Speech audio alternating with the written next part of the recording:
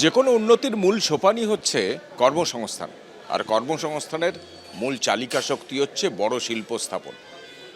আমাদের সঙ্গে রয়েছেন রাজ্যের শিল্পমন্ত্রী তাপস রায়। তাপসদা কিছুদিন আগে কেন, গতকালই দেশের শিল্প ও বাণিজ্য মন্ত্রীর সঙ্গে বৈঠক করে এসছেন। তাপসদা, এই রাজ্যের বিরুদ্ধে সবচেয়ে বড় অভিযোগ হচ্ছে বিগত দিনে যে শিল্পে কার্যত বন্ধা হয়ে গেছে, বিশেষত সিঙ্গুরের শিল্প চলে যাওয়ার পরে এরকম একটা ধারণা তৈরি হয়েছে। ঠিক সেই জায়গায় শিল্পের মতো গুরু দায়িত্ব আপনার, কালকে মন্ত্রীর সঙ্গে বৈঠক করলেন। সিঙ্গুরের শিল্পটা চলে যাওয়ার ব্যর্থতাও তদানীন্ত সরকারের, সিপিএম প্রভাবিত বাম সরকারের। আর গত 15 বছরে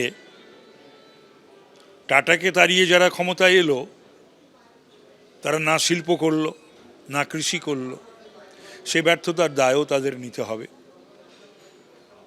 সবচেয়ে বড় কথা, এখানে তো না ল্যান্ড ব্যাংক আছে, না ল্যান্ড পলিসি, না ইন্ডাস্ট্রিয়াল পলিসি, না ইজ অফ ডুইং বিজনেস, না ইনসেন্টিভস, কিছুই নেই। তারপরে প্রায় 7,000, 6,000, বোধহয় 866 নাকি 6,688 এরকম একটা কিছু হবে সংখ্যা চলে গেল ছোট বড় মাঝারি শিল্প। সেইখান থেকে পশ্চিমবাংলার সেই শিল্পের গৌরব গাথা, গরিমা পুনরুদ্ধার করা খুবই কঠিন, কিন্তু করতেই হবে। এছাড়া তো পশ্চিমবাংলার অর্থনীতি বলো, কর্মসংস্থান বলো, আমাদের পরের প্রজন্মর তারা কি করবে, কোথায় যাবে, এ সমস্ত কিছু ব্যাপার জড়িয়ে রয়েছে। তো সুতরাং সেইগুলো নিয়েই আমাদের গতকালকে বাণিজ্য মন্ত্রী আমাদের বাণিজ্য ভবনে আমরা গিয়েছিলাম। সারা ভারতবর্ষেরই বাণিজ্য মন্ত্রীরা বিভিন্ন রাজ্যের তারা গিয়েছিলেন, আমরাও গিয়েছিলাম। কাল সকালে গিয়ে রাতে চলে এসেছি।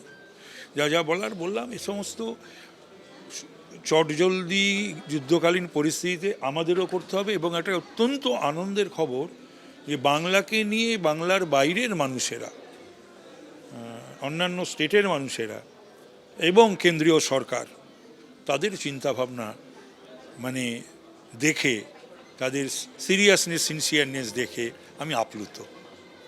আরেকটা বিষয় হচ্ছে, রাজ্যের যারা শিল্পোদ্যোগী অতীত দিনে ছিলেন তারা ক্রমশ দেখা গেছে এ রাজ্য ছেড়েছেন। একটা সময় তো দ্বারকানাথ ঠাকুর মানে বিশাল শিল্পপতি ছিলেন, মানে বাঙালির একটা শিল্পের বৈভব ছিল। তারপরে এখানকার শিল্পপতিরা তারা বাইরে চলে যাচ্ছেন।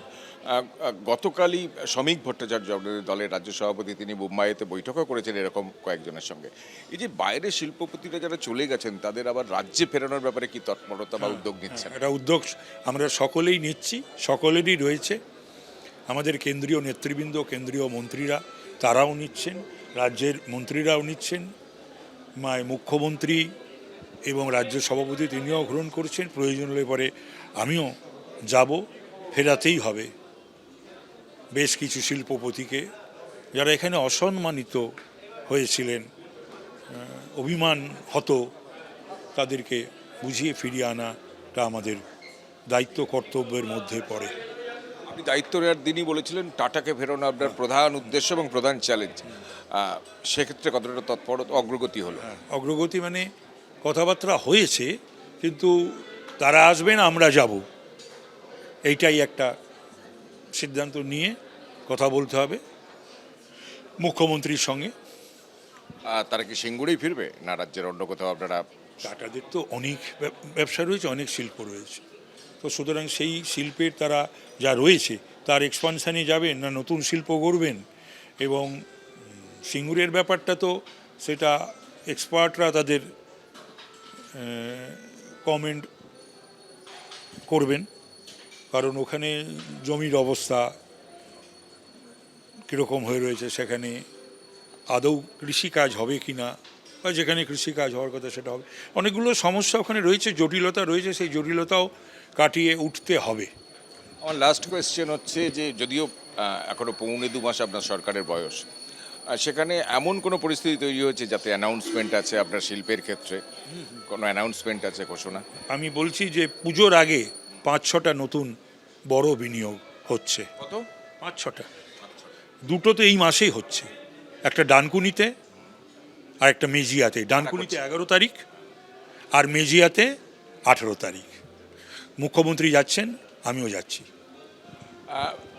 এই সরকারের বয়স এখনো 2 মাস হয়নি, কিন্তু তার মধ্যে সুখবর দিলেন রাজ্যের শিল্পমন্ত্রী, এবং আরও সুখবর দিলেন যে পুজোর আগে অন্তত 5-6টা নতুন ঘোষণা, নতুন শিল্পের ঘোষণা তারা করবেন, এবং ফিতে কাটার পরিস্থিতিও তৈরি হচ্ছে এ রাজ্যে।